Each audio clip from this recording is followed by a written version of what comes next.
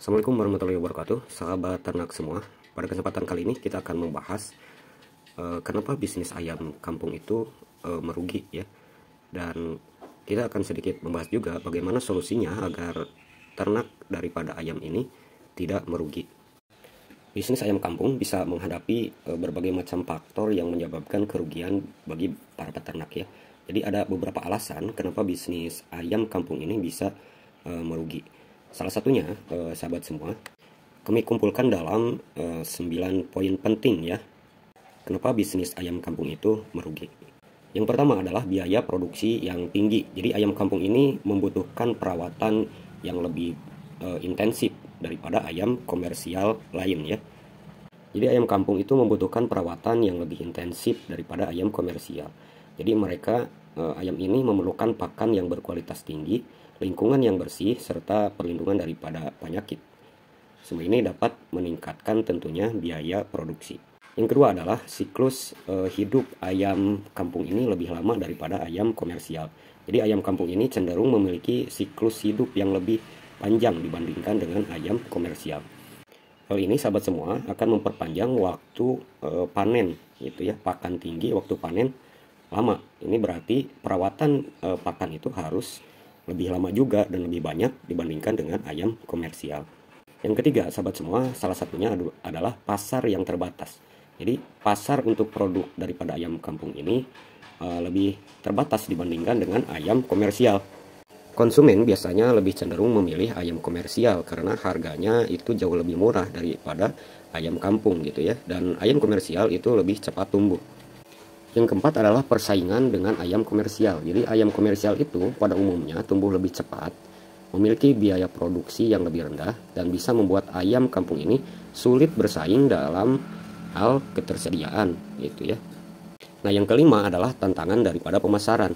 Jadi mempromosikan produk ayam kampung, mendapatkan pelanggan itu menjadi tantangan. Karena pada prinsipnya ayam kampung itu cenderung lebih mahal. Perlu strategi pemasaran yang efektif untuk meyakinkan customer tentang nilai tambah daripada ayam kampung ini lebih berkualitas daripada ayam komersial. Nah yang keenam sahabat semua adalah kesehatan ternak yang sangat rentan dengan kematian. Karena apa sahabat semua? Beda dengan ayam komersial yang penanganannya itu dengan dokter hewan gitu ya, dengan PT gitu. Kalau ayam kampung biasanya kita harus mencari ilmu sendiri bagaimana cara penerapan pertumbuhan, pemberian pakan, vitamin, itu kita harus mempunyai ilmu yang lebih matang ya di bidang perayaman. Yang ketujuh adalah perubahan selera daripada konsumen. Jadi selera konsumen itu akan terus berubah, dan kadang-kadang untuk tren daripada makanan ini bisa mempengaruhi permintaan terhadap ayam kampung kita gitu ya. Jika permintaan terhadap ayam kampung menurun, tentunya bisnis kita akan juga merugi karena biaya pakan yang tinggi. Selanjutnya yang ke-8 adalah kurangnya pengetahuan dan pengalaman daripada peternak. Jadi untuk bisnis ayam kampung ini harus memerlukan pengetahuan yang mendalam ya. Jadi kita harus mengetahui bagaimana manajemen peternakan yang baik. Kalau kurang pemahaman tentang kebutuhan daripada ayam kampung kita, bagaimana cara merawatnya, itu dapat menjadikan penyebab masalah daripada kerugian yang terus-terusan gitu ya. Nah yang terakhir sahabat semua, kenapa bisnis ayam itu kampung itu merugi adalah fluktuasi harga pakan itu tidak bisa kita kontrol ya. Jadi harga pakan itu bisa naik dan bisa turun. Jadi secara tidak terduga gitu.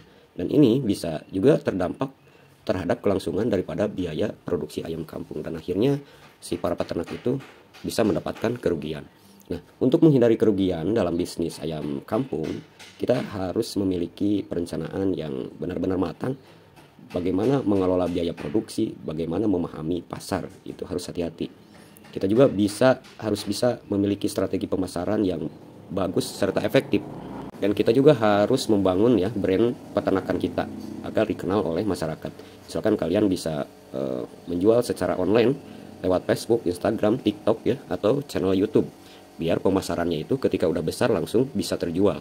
Jadi balance ya antara biaya produksi dan biaya untuk manajemen kandang, dan sudah titik untuk dijual, maka si ayam itu bisa terjual. Jadi pakan itu tidak melambung. Demikian mungkin kira-kira ya sahabat semua. Nah, pertanyaan selanjutnya, bagaimana untuk menghindari kerugian dalam bisnis ayam kampung ini? Berikut adalah 12 poin penting ya sahabat semua agar ternak kita tidak rugi. Yang pertama, kita harus merencanakan dengan matang ternak kita ya, mulai dengan perencanaan bisnis yang baik, tujuannya apa, jenis ayam kampungnya apa, yang sesuai dengan pasar dan kebutuhan yang ada di lingkungan, gitu ya. Terus kalian juga harus menghitung proyeksi biaya dan pendapatan. Nah, yang kedua adalah memilih stok yang berkualitas. Jadi, kalian harus memilih bibit ayam kampung ini yang berkualitas, yang sehat. Terus stoknya juga ada gitu ya. Dan perhatikan juga sahabat semua potensi untuk tumbuh daripada DOC-nya gitu ya. Jadi kalau DOC-nya kurang baik, maka pertumbuhan kurang baik dan pakannya akan nanti lebih banyak lagi dan kita rugi gitu ya. Yang ketiga, yang tidak kalah penting, bagaimana kita menciptakan manajemen peternakan yang baik. Jadi kita harus melakukan manajemen peternakan yang baik, itu ya, memastikan lingkungan kandang kita bersih, sanitasi kandang, kesehatan ayam juga terjaga. Jadi sesuaikan dengan kebutuhan daripada peternakan kita. Yang keempat, sahabat semua, berikan pakan yang berkualitas, gitu ya. Kalau kita memberikan pakan yang biasa-biasa saja, tentunya itu akan menciptakan kerugian tersendiri. Gara-gara pingin kita lebih untung, kita memberikan pakan yang tidak berkualitas, akhirnya rentan kematian dan daya tumbuh daripada ayam, prime size-nya itu tidak tercapai. Jadi pakan ini harus benar-benar kita sesuaikan dengan kebutuhan daripada ayam itu, biar panen kita terkontrol ya. Yang kelima, sahabat semua, kita harus memberikan promosi dan pemasaran yang efektif. Jadi strategi ini, pemasaran yang efektif untuk apa? Untuk mempromosikan produk ayam kita gitu ya. Bisa menggunakan pasar lokal, kolaborasi dengan rumah makan ya. Terusan kita juga mempromosikan di media sosial. Yang keenam, sahabat semua, kita harus menggali pengetahuan dan keterampilan. Jadi keterampilan ini, manajemen peternakan ayam kita, bagaimana perawatannya, nutrisi, kesehatannya, kita harus mengupgrade ya pengetahuan kita.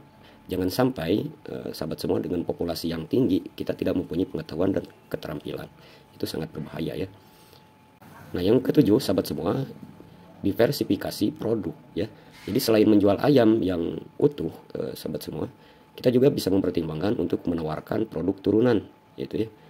Seperti telurnya gitu ya, atau bahan-bahan olahan daripada ayam, atau kalian juga bisa menjual nanti kohenya gitu ya, kandangnya, atau instrumen-instrumen lain untuk kelangsungan daripada peternakan yang lain, karena banyak instrumen yang diperlukan oleh peternak-peternak ayam yang lain gitu ya.